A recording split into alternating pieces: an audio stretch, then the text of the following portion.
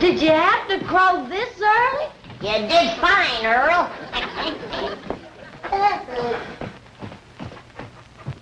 The early bird catches the worm. When we plow up that front yard out there, you're going to be up to your wishbone in them.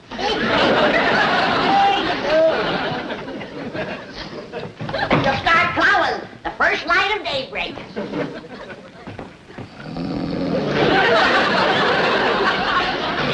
Shame on you. City living has made you soft and lazy. Now get to your feet before the whole morning is wasted. It's already past 4 o'clock. 4 o'clock's powerful early. No, not when you have the whole front yard to plow, and corn to plant, and taters, and turnips, rutabagas, and onions, and oats, and barley, and watermelon. All right, Granny, all right. Now you get in the kitchen and get some breakfast on the table, and we'll be in directly. See that you do. Let's eat us a good big breakfast, Jethro, because you and me are going to be pulling that plow. Paul? No, Ellie, now I know you're strong and you're willing, but this here is Beverly Hills, and just wouldn't look right for a young, pretty girl to be pulling the plow. No, Ellie. Uncle Jed, what Ellie's trying to tell you is that we went out last night and got a mule to pull that plow. You did? Well, yeah, like you were saying, this here is Beverly Hills, and we got to keep up appearances. That's right. Where is it? Well, it's tied to that big tree out back. well, Jethro, he didn't look too happy there, so I bedded him down. Good girl, Ellie.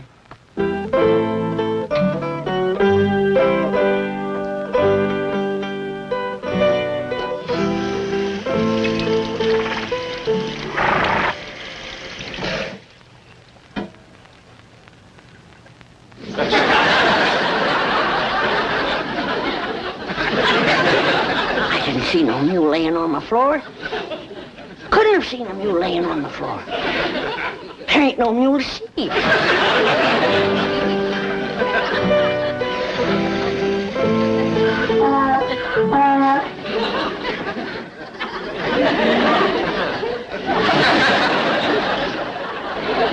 How's it going, Granny?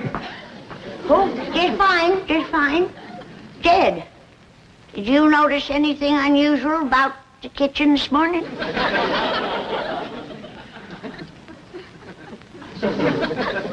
Nope. Unless you mean that mule sleeping on the floor over there. Oh, praise be, Jed. I thought I was having visions. Who brought him in here? You know as well as I do who's always bringing outdoor critters indoors. Well, see if you can get him back outdoors again. I don't cotton to mules laying around my kitchen. Tain't neat. I'll take care of him. Now then, young feller, if you'll just come along with me quietly. Don't rile him, Jed. I got kicked by a mule once. I want to tell you, it smarts. Benny, can I help you? You can help your paw get that mule out of here. You sure can. You won't move for me. Well, y'all just stay here and I'll talk to Nelson. Nelson? Come on, Nelson. If she could just talk to folks the way she talks to critters, we'd have us a politician in the family. Well, get that mule bed out of here and wash up for breakfast, all of you.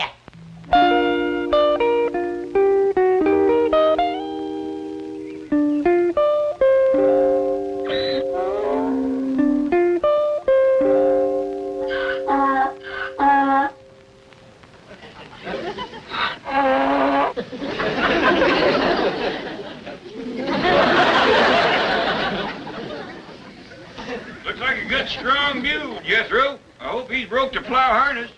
He's taking to it real good, Uncle Jed. I bet you we can plow up that whole front yard before noon. They wouldn't. They might. Well, come on, let's get around front with the plow. They are. Paw, mule, paw, paw, yes. Mr. Cravat! Mr. Cravat, wait, wait, wait!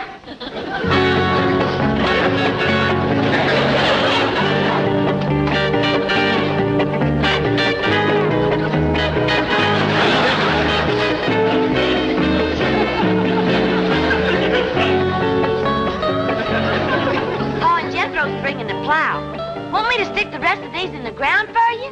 Yes, Ellie.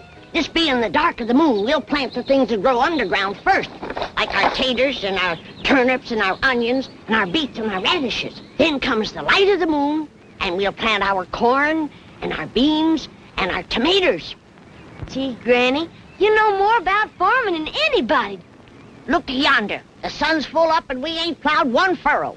What will folks think of us around here? I reckon folks ain't out of bed yet. Folks around here sleep a mite later than they did back home. I reckon so, Ellie. You know what I miss most, Ellie? What, Granny? Well, back home when we'd commenced a plowing and a planting and a harvesting and a barn raising, or any kind of a big job, the neighbors would all come by to see if they can help you. Folks don't do that out here in Beverly Hills. They don't seem willing to help you like the folks back home. What is, Granny? Look who's a-coming on the run.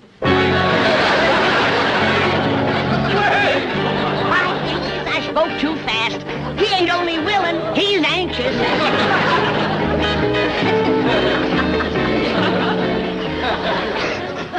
Oh, howdy, Mr. Drysdale. Is them your work clothes? So, Ellie, and just because you're such a nice neighbor, I'm gonna let you plow the first furrow. But unless you've got tough feet, you better put on some shoes. Granny. Ellie. Please. He is anxious. I'll go see what's holding up the men folks with the plow. It ain't no use, Uncle Jed. This here mule's done made up his mind. He gonna sit for a spell. Yeah, knowing mules like I do, we might as well set for a spell, too.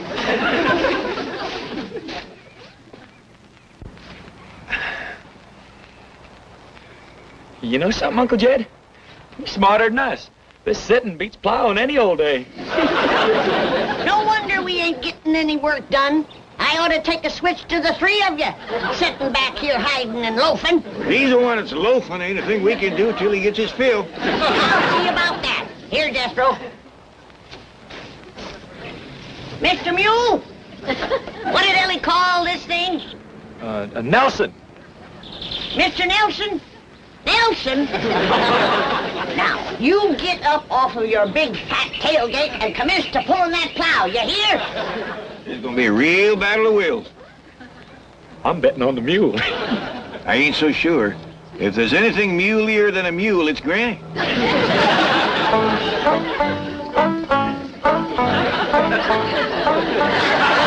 Granny? Granny? Ellie Mae, you busted the spell. Another minute and I'd have had that fella buffaloed. What's the trouble, Ellie? Mr. Drysdale said if we go to plowing up that front yard, a whole neighborhood will come storming over. Well, that's dandy. We got enough work for all of them. Well, I think you better have a talk to him, Granny. Sure is stirred up. All right, but you get that mule on his feet. Nelson balking again, is he? That's a fact.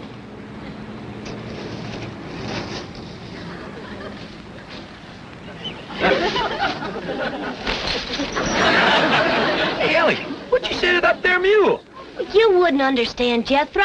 It's mule talk. I bet your Granny'd understand it.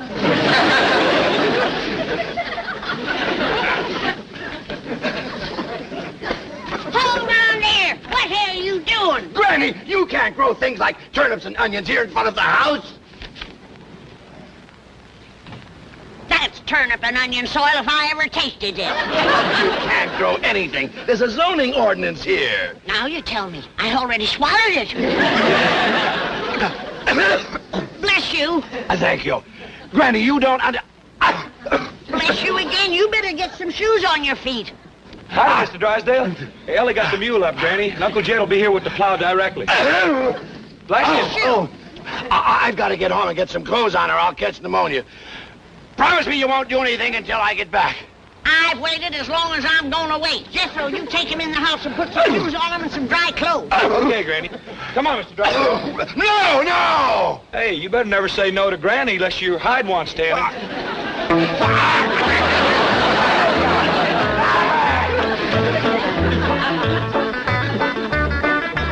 Drysdale or no Drysdale, I say let's commence plowing. Well, you promised him he could dig the first furrow, Granny. I reckon that is a thrill for a city feller. We can wait a mite longer. Gonna come some more help.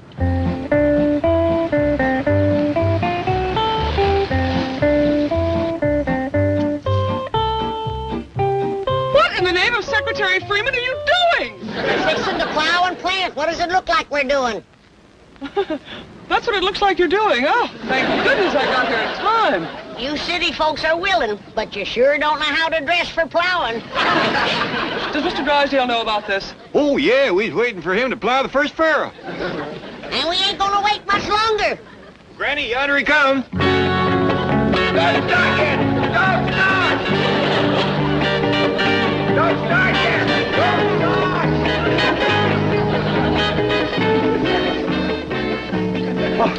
It is Mr. Drysdale. I reckon he ain't done much plowing or he wouldn't be so all fired anxious. Miss Hathaway, am I glad to see you? The Chiefy, you can't plow up this front lawn. There's a zoning ordinance here. We figure a little fertilizer will take care of that. Have you taken leave of Oh, your... shut up!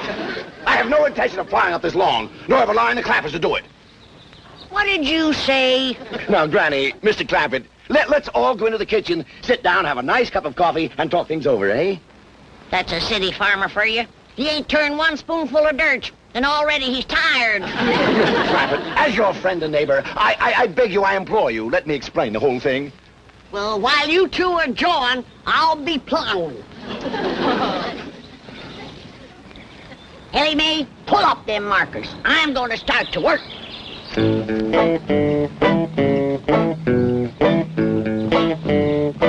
Giddy up, you! Ha! Let's go!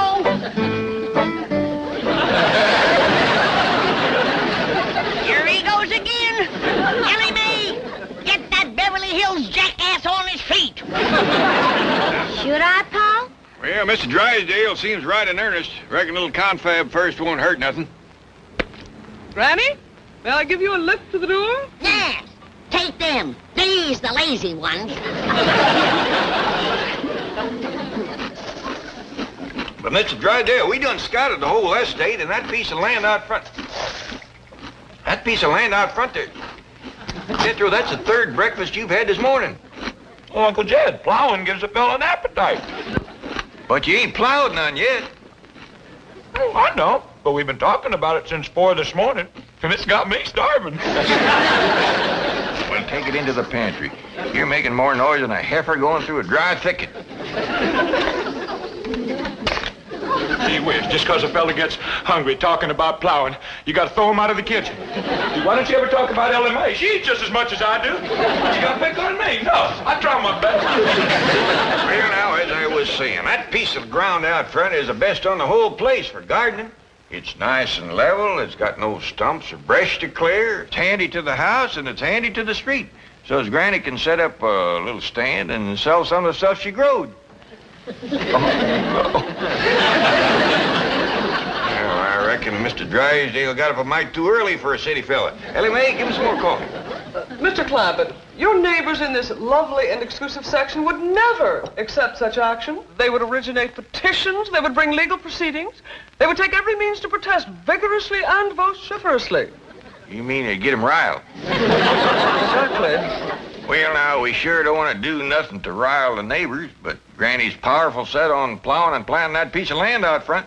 Mr. Clampett, I will explain to Granny that in addition to the aesthetic depreciation and the local hostility that would obtain, the net results in volume of produce weighted against value per acre would make the entire venture economically unfeasible. Well, if you're going to explain it to her that way, I might just as well start plowing. You gonna tell Ellie to get that mule up, or am I gonna have to start turning that ground by hand? Granny, just bank your fire for a minute. Ain't you done jawing yet? No, not quite. What time is it? Almost straight up for 9 a.m. Hear that, Jed? We've done wasted the whole day. Hey, pour your Granny a cup of coffee. You want to do your granny a favor? You get that four-legged friend of yours to pull in the plow, like he was paid his bucket of oats to do. Granny, a dashing without Pa tells me it's all right to do. Are you gonna tell her?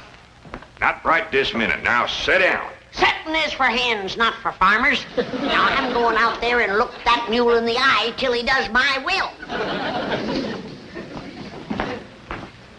And I want to warn you, Jed Clampett, you're going to own a mule with a powerful headache and a broke spirit.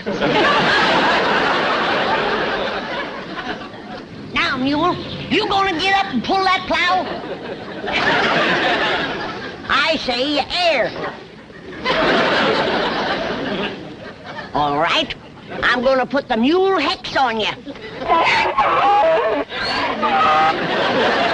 Oh, think it's funny, do you? All right, Mr. Mule. Look me in the eye.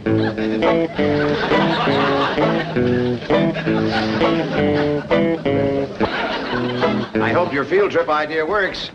That little woman out there is harder to convince than a bank examiner. Don't worry, Chief. I shall carry the message to Garcia, or in this case, to Granny. Well, I'll change clothes and get down to the bank. Lots of luck.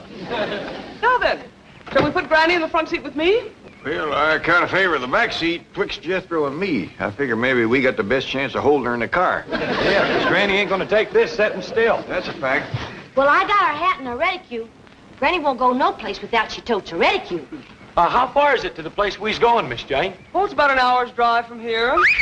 That's gonna take considerable holding. It sure is, because right out there is two of the stubbornest critters that ever faced off.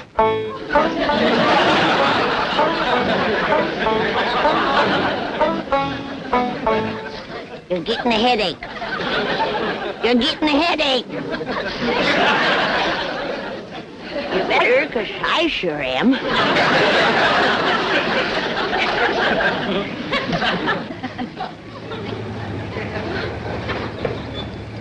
Come on, Granny, we's all going for a ride. Well, if that don't take the roof off in the barn, loafing isn't bad enough. Now it's joyriding on plowing day. It ain't exactly joyriding, Granny. We got something to show you. Indeed we have, Granny. This will be a ride you'll never forget. That's for sure, because there ain't going to be no ride to remember. The pleasure is considerable if you come, Granny. Miss Jean's going to show us all about gardening and crop raising. That'll be the day when a city woman can show me. Jethro, I reckon in order to save time and palaver, you'd best fetch Granny along. Granny, you know I got to do whatever Uncle Jed says. Come on, Granny. Now, you have yourself a good time till we get home. There's lots of food and water, and you can go for a swim in the cement pond if you want to.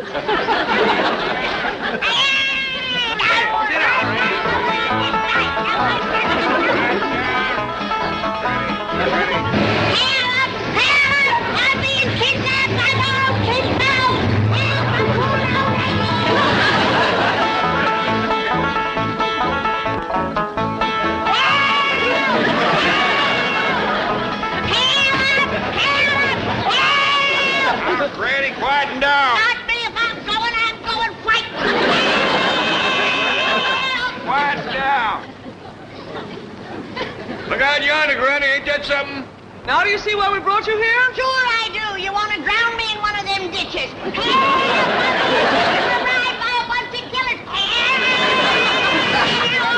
Be sensible. Why would we want to get rid of you? To get out of plowing and planting, that's why. I'm the only one that hasn't been spoiled rotten by city living. And you don't want me nagging your conscience.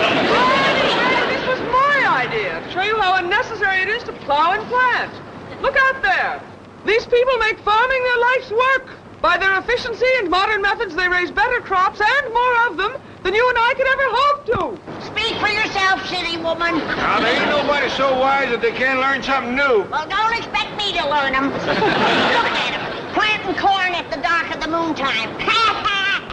I'd like to see their faces when nothing comes up. Granny, the modern farmer is so efficient that each one feeds 28 people. Now, you hear that, Granny? You don't want to put men out of work with families that big.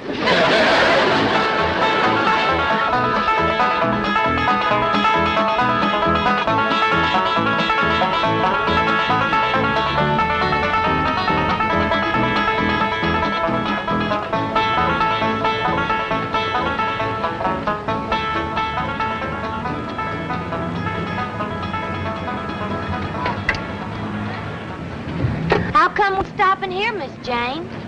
We's only a half a mile from home. We got plowing to do. Granny, ain't you convinced yet? Precisely why I stopped you, Mr. Clampett. I have something else to show Granny, and I think you'll find it very rewarding. What's that mean? I think it means you're going to get a reward. In that case, get out of my way.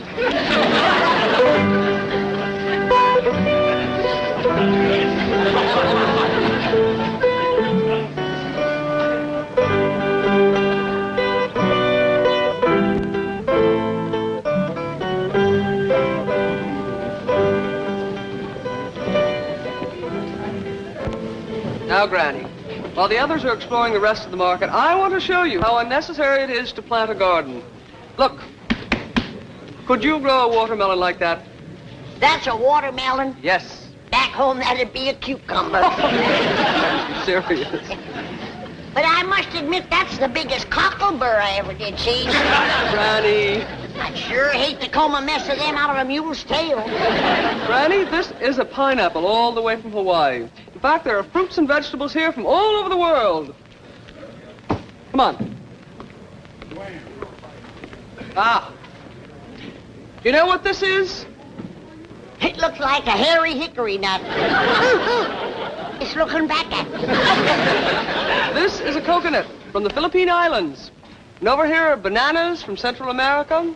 And here are nuts from South America. Well, that's one thing they don't have to bring to California. Nuts. Granny, you just won't take me seriously, will you? Well, everything's so mixed up out here. It's got me discombobulated. Now, everybody knows that you plant turnips on July the 25th.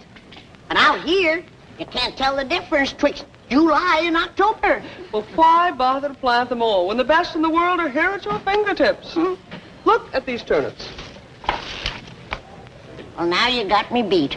I once growed a double turnip, but I never pulled 4 out of one hole.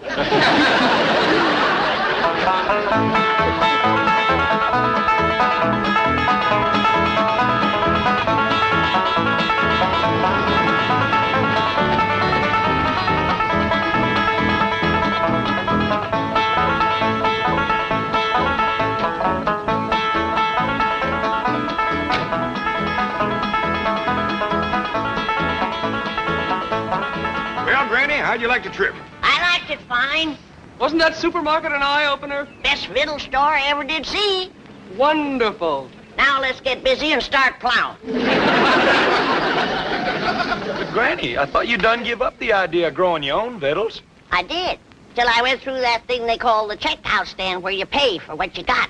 Well, I went through one of them. I thought it was pretty fair. Well, by dingies, when I can't buy a sack of victuals for $5,000, then I'm going to start growing my own. $5,000. Cold cash, my life savings. I handed that girl $5,000 and she handed it back to me. Said it wouldn't buy nothing.